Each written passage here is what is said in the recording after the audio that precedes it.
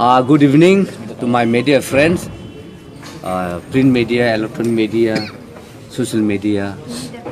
Today is a joy for us, and we wish and congratulate each and every one of us.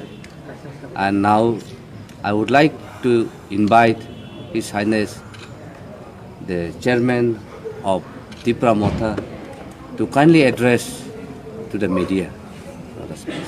Thank you, friends in the media. Sorry for keeping you waiting. I would like to start by very importantly, सबसे पहले मैं अपना ये press conference शुरू होने से पहले appeal करना चाहता हूँ कि मैंने सुना है कि सिमना में 2-3 जगह में, मांडाई में और स्पेसिफिकली तुला शिखर में कहीं में थोड़ा सा वायलेंस हो रहा है। मैं मीडिया के थ्रू अपने सपोर्टर्स को, जिसने हमें वोट किया है, वॉलंटियर्स को, सबको बोलना भी चाहता हूँ और वार्निंग भी देना चाहता हूँ कि मैं as a chairman of Tipra Motha violence को एक्सेप्ट नहीं करता हूँ और मैं इसको टॉलरेट भी नहीं करूँगा। जो जीते हैं वो हम हैं, आज जो हारे हैं वो भी तिपरासा है, वो भी हमारे लोग हैं। और ये जो कल्चर है, जीतने के बाद जो पार्टी हारता है उसके ऊपर आक्रमण और उनका ऑफिस तोड़ा जाना और उनके घर में अटैक होना, ये एकदम अनएक्सेप्टेबल है। और मेरे पार्टी में जो भी ये करेगा मैं उनके अगेंस्ट एक्शन लूँगा। अगर ज़्यादा किया तो मैं उनको एक्सपेल भी कर दूँगा, लेकिन मैं ऐसे रकम का कल्चर टॉलरेट नहीं करता हूँ। मैंने देखा है जब 2018 में IPFT और BJP आई थी तो बहुत अटैक हुआ था। जब मैं कांग्रेस का प्रेसिडेंट था तब मैंने देखा था कि लोकसभा के बाद बहुत अटैक हुआ था।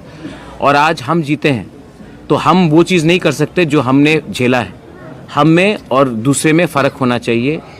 जो जीतता है उसका दिल बड़ा होना चाहिए, जो हारता है एक दिन वो भी हमारे संग ज्वाइन हो सकता है, हमारे संग ज्वाइन होगा। मैं आशा करता हूँ कि एक दिन IPFT भी हमारे संग आएगा, एक दिन सब तिपरासास हमारे संग आएंगे। तो उनके घर में, उनके ऑफिसेज में अगर आपने अटैक किया तो मैं एक्शन भी लूँगा और मैं पुलिस को भी बोलूँगा एक्शन लेने के लिए। मैं आपको डिफेंड नहीं करूँगा अगर आपने कोई भी एंटी सोशल क्रिमिनल एलिमेंट किया।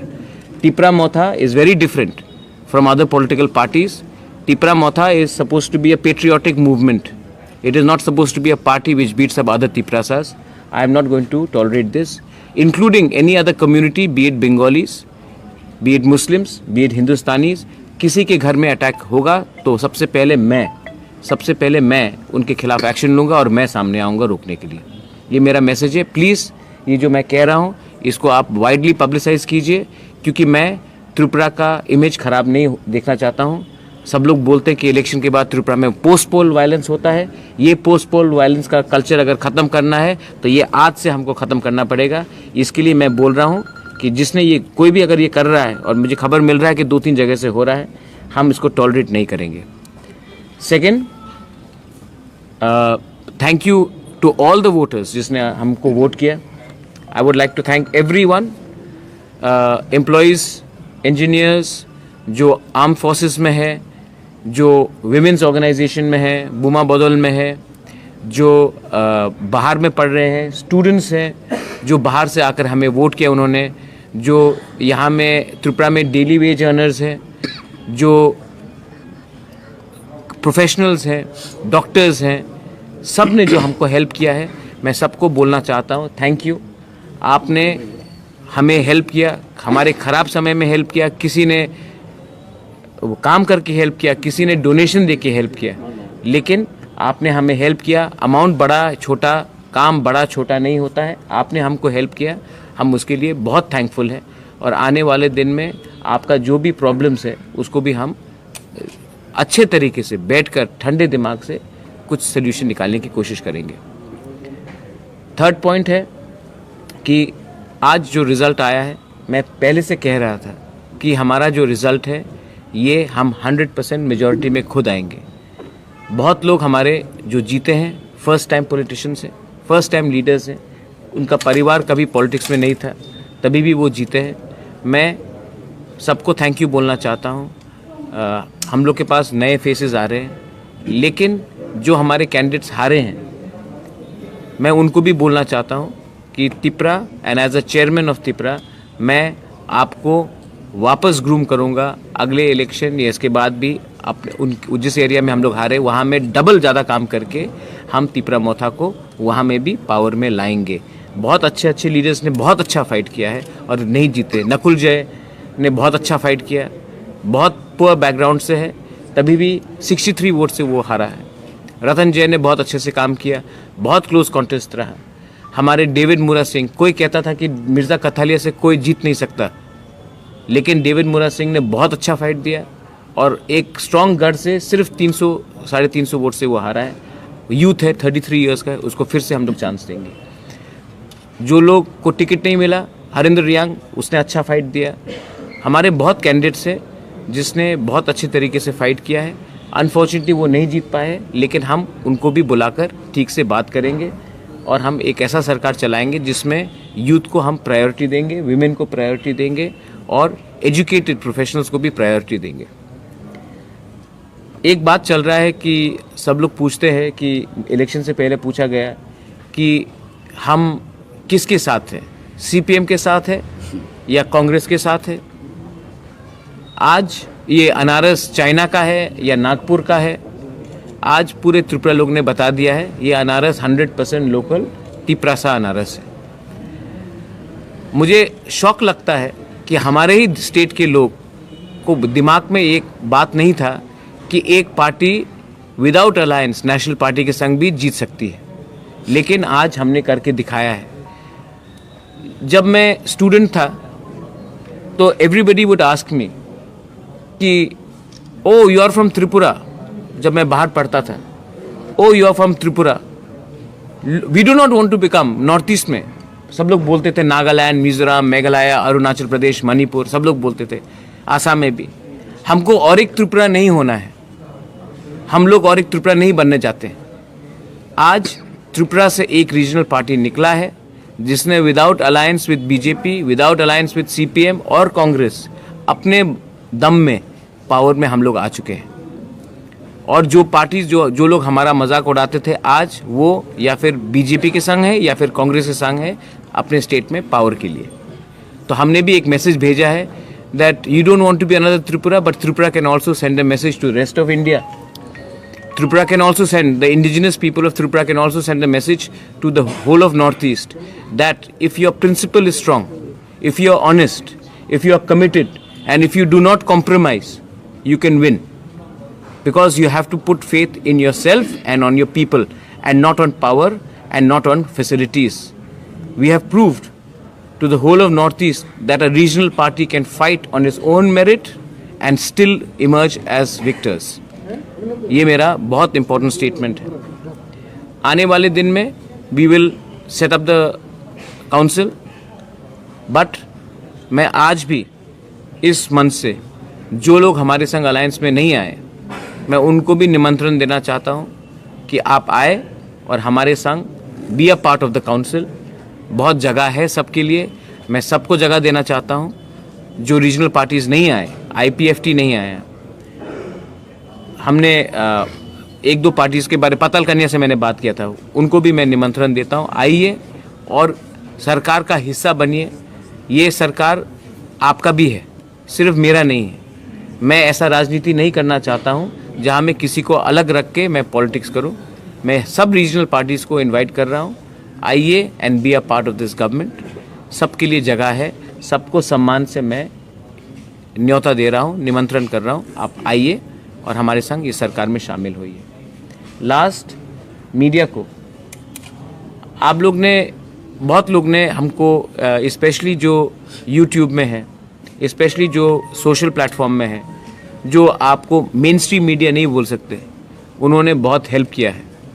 और मैंने शुरू में ही मैं समझ चुका था कि the future of media is not in print, it is not in big offices, it is in the mobile phones. मैंने इसको माना, मैंने यूथ को पावर, हमने यूथ का पावर समझा और हमने इस प्लेटफॉर्म में हमने काम किया। आई रियली थिंक दैट आपने जो हमको हेल्प किया है, क्योंकि एक इमेज बनाया जा रहा था कि मैं कम्युनल हूँ, एक इमेज बनाया जा रहा था कि मैं एंटी बंगाली हूँ या एंटी एक रिलीजन हूँ या कुछ हूँ, ये आपने अपने मोबाइल से लेकर जो असली चेहरा है मेरा वो आपने दिखाया। आई एम वेरी हैप्पी, क्योंकि ये जो प्रोपेगेंडा था मेरे खिलाफ 2 या 3 बड़े हाउसेस कर रहे थे, लेकिन जो मुझे जानते हैं कि ये जो एडीसी काउंसिल बनेगा, इसमें ना मुसलमान को कोई खतरा है, ना हिंदू को खतरा है, ना क्रिश्चियन को, ना बुद्धिस्ट को। इस काउंसिल में ना कोई बीजेपी जो करता है उसको खतरा है, जो सीपीएम करता है उसको खतरा है, जो आईपीएफटी करता है उसको खतरा है, जो कांग्रेस करता है उसको खतरा है। ये काउंसिल सबके लिए है। ये काउंसिल बंगाली के लिए भी है। ये काउंसिल में मणिपुरी जो है, हिंदुस्तानी से, जो टीटीएडीसी से हमारे 19 ट्राइब से बाहर है, ये उनके लिए भी है। और हमारे 1 या 2 जो स्मॉलर ट्राइब्स है, मैं उनको बोलना चाहता हूँ, जो मैंने कमिटमेंट दिया था आपको कि आपको लाएंगे सरकार में, वो भी मैं बैठकर ठीक से करूँगा। अगर आपका कोई क्वेश्चंस है तो please ask me this questions. कल we are going to sit down with all the candidates who have won and who have not won. उसके बाद we will take a decision. महाराज 2 सवाल हैं। एक है, इस जीत की अहम वजह क्या है, और दूसरा है, क्या आने वाले जो चुनाव हैं इसमें भी क्या आप लोग लड़ाई के मैदान में आएंगे? देखिए, मुझे एक बात है कि मैं समझ नहीं पाता हूँ।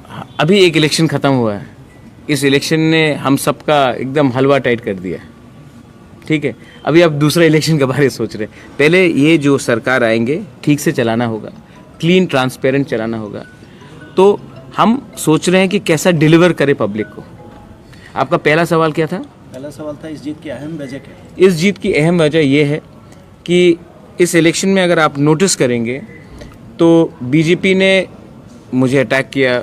बीजेपी ने, मतलब पूरा पार्टी नहीं, लेकिन 2-3 लीडर्स अटैक किया पर्सनली नाम करके। सीपीएम ने मेरी माँ को कुछ भला बुरा कहा।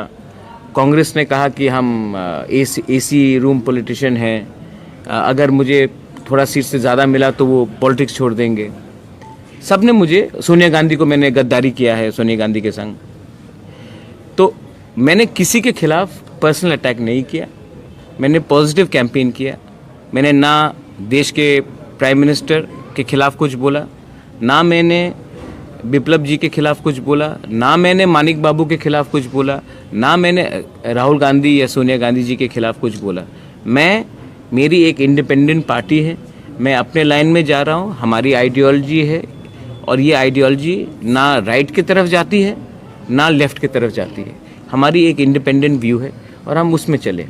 तो मुझे लगता है कि आप देखेंगे कि जो सपोर्ट मुझे मिला है विमेन से, जो यूथ से मिला है, जो मदर्स से मिला है, जो माँ से मिला है, वो बहुत ज़्यादा है। क्योंकि हमने नफ़रत की राजनीति नहीं की, हमने पॉजिटिव राजनीति की।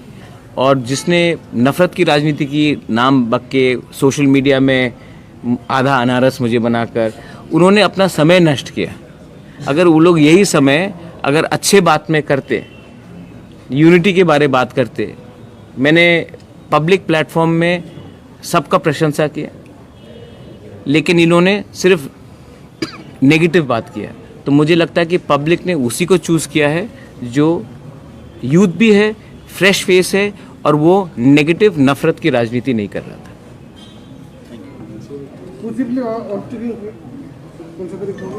Pardon? Or taking possibility of See, that is the governor's prerogative. I'll have to call on His Excellency the Governor. I will call on the Governor after I meet all my candidates. Some of them are staying very far, you know. Some of them are in Kanchanpur, some of them are in Unnakoti, Raima Valley, in Sabroom. Our party is one from, just now Animesh is coming from Ashrambari, Halahali. No, Kulaicham, I'm sorry. Ashrambari is Ananta Babu. हाँ. So we've got people who won across the state. हम लोग का जो footprint है, it is not only in Agartala and in and around West Tripura. It is across the state. So when they come, we will sit down with them. We also have to meet our candidates who have not won. उन्होंने बहुत अच्छा fight किया, मैं उनसे भी बात करना चाहता हूँ। और then we will take a decision. That is very important. महाराज, और 2 सवाल था। एक, पावर में आप लोग आ चुके हैं एडीसी के, पहली प्राथमिकता पावर में नहीं आए हैं। पावर में जिस दिन ओथ होगा, नहीं ऐसा नहीं। देखिए, हाँ बताइए, क्वेश्चन पूछ लीजिए। पहला था, पहली प्राथमिकता क्या होगी, और दूसरा, what about Greater Tipraland? Greater Tipraland is a commitment to the people, and we are not going to compromise on our commitment to the people.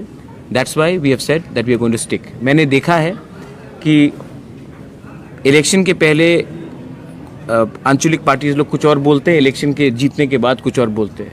मैं स्टूडेंट ऑफ हिस्ट्री हूँ। मैंने हमेशा हिस्ट्री में ये पढ़ा है कि अगर आपको पावर में आप आने के बाद आप जो कमिटमेंट देते हैं उसको नहीं रखते हैं तो आप गिरते हैं, या फिर आप तब गिरते हैं जब आप अहंकारी हो जाते हैं। 2018 में आईपीएफटी पावर में आया, 2019 में आईपीएफटी लोकसभा इलेक्शन में एकदम शून्य हो गया। मैंने भी हिस्ट्री पढ़ा है, मैंने भी देखा है कि जब टीयूजेएस पावर में आया था या 2000 में जब आईपीएफटी टीटीएडीसी में आई थी तो विद इन 2 इयर्स प्रॉब्लम हो गया। तो मैं जो गलती पहले हुआ है मैं उसको रिपीट नहीं करना चाहता हूँ। मैं क्लीन येट और ट्रांसपेरेंट गवर्नमेंट चलाना चाहता हूँ। उसके लिए हमको अपना आइडियोलॉजी में रहना पड़ेगा और मोर इम्पोर्टेंटली हमको अपना जो सरकार है जब आएगा हमको अहंकार बन के नहीं करना है। हमारे ऑपोजिशन में कोई भी हो, बीजेपी हो, आईपीएफटी हो, कांग्रेस हो, सीपीएम हो, उन सब से भी बात करना पड़ेगा। इसके लिए मैं उनसे भी बात करके मैं ये गवर्नमेंट चलाना चाहता हूँ। और जो बॉडी लैंग्वेज है, एक सरकार का बॉडी लैंग्वेज भी होता है, नेता का एक बॉडी लैंग्वेज भी होता है, वो पॉजिटिव होना चाहिए, अहंकारी नहीं होना चाहिए। लाल बत्ती में 15-20 पुलिस सामने आगे करके घूमने से टीटीएडीसी का डेवलपमेंट नहीं होगा। टीटीएडीसी का डेवलपमेंट जब होगा जब हम अकाउंटेबिलिटी लोगों को दे, मीडिया को दे और सबको दे। तो ये लेकर मैं आगे बढ़ना चाहता हूँ। Sir, in 2019 you left the Congress party and in December TIPRA was formed As a NGO. Yeah. NGO, and later it was made a political party. In less than 1.5 years, TIPRA has won the district council election. Do you want this narrative to be taken across the northeast and the other states that the regional party can win the election without national party's help? I'm highly inspired by the movement which took place, where if you see what India Against Corruption happened, then if you see what happened in 1959 after the Mautam, many of you all may not realize this, but Mautam was a famine in Mizoram, and there was an organization which worked for the people who were suffering during the famine. Later they transformed themselves into a political party which is in power today. We also worked very hard during the corona, and I think if we had just formed a political party, nobody would have come with us. But because we worked for the people during the pandemic, because we worked for the people and raised the people's voice for the CAA and went and filed a case in the Supreme Court. If you will be surprised to hear this, but apart from TIPRA and INPT and TPF and a few other regional Joint Action Committee, nobody actually opposed CAA in Tripura. The Congress did not oppose CAA in Tripura. I didn't see a single protest by the Congress and CAA. I was shocked that even the Communist Party did not oppose CAA. When they were protesting all over India, in Tripura, they did not oppose it. So I would like to say that the journey of TIPRA, the reason why TIPRA has been successful is because it did not look at all problems as political, but looked at some problems as social, some as existential, some as cultural, some as a point of identity. So what are going to be your priorities? Because if we see, as you said about the history, when IPFT had raised the TIPRA land issue also. So in that case, today in a press conference it was said, ideology, while in the opposition is easy, but you must ask Who said this? A political party said. But Which political? If you are in the government, it will be tough. So Which political party said this? BJP spokesperson. BJP was stuck to his ideology. इसके लिए तो राम मंदिर बना. BJP should be the first one to say that we think. BJP तो राम मंदिर के बारे तब से आज तक बोल रहा है. जिस दिन उसने अपने आइडियोलॉजी के बारे में बात नहीं किया अंडर वाजपेयी गवर्नमेंट, तभी तो वो लोग पावर से बाहर गए. ट्रिपल तलाक, आर्टिकल 370, बीजेपी तो अपने पूरे आइडियोलॉजी में लगा हुआ है, तो हम भी अपने आइडियोलॉजी में लगा हुआ है. जब बीजेपी ने अपने आइडियोलॉजी से डाइल्यूट किया तब वाजपेयी जी हार गए. तो मैं तो उनको तो सबसे ज़्यादा बोलना चाहिए कि आइडियोलॉजी बहुत इंपॉर्टेंट है. बीजेपी का तो पूरा रहता है. और रहा बात आईपीएफटी का, IPFT came in alliance with BJP and then compromised on the demand of IPF on TIPRA land. I have not I am not coming in power with any political party. I have come to power on my own. And why should I not ask for something which is in the Constitution of India? And also, why not, like I've started this press conference, appealing for peace. I don't want my Greater Tripura land to be discriminatory towards any community, be it the Bengalis, be it the Manipuris, be it the Muslims, be it the Hindus, Christians, Buddhists. I want it to be an inclusive society. So my agenda is to deliver the TTADC the way I can, and I will stick to my core ideology. And if anyone wants to talk to me, they should agree to me in writing. It's as simple as that.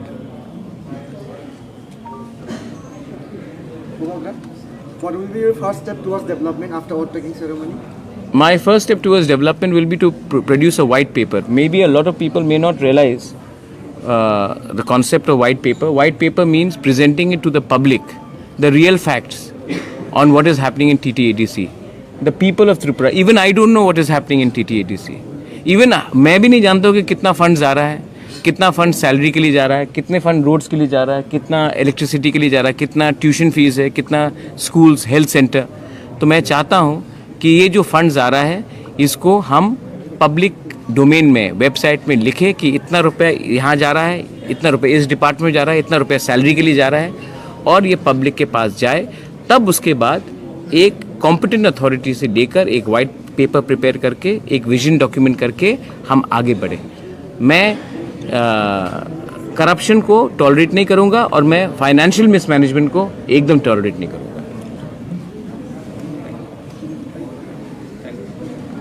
Okay? Belaino Hambai, thank you, and once again through the media I am appealing to everyone.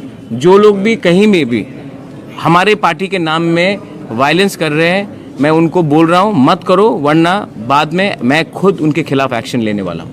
Thank you.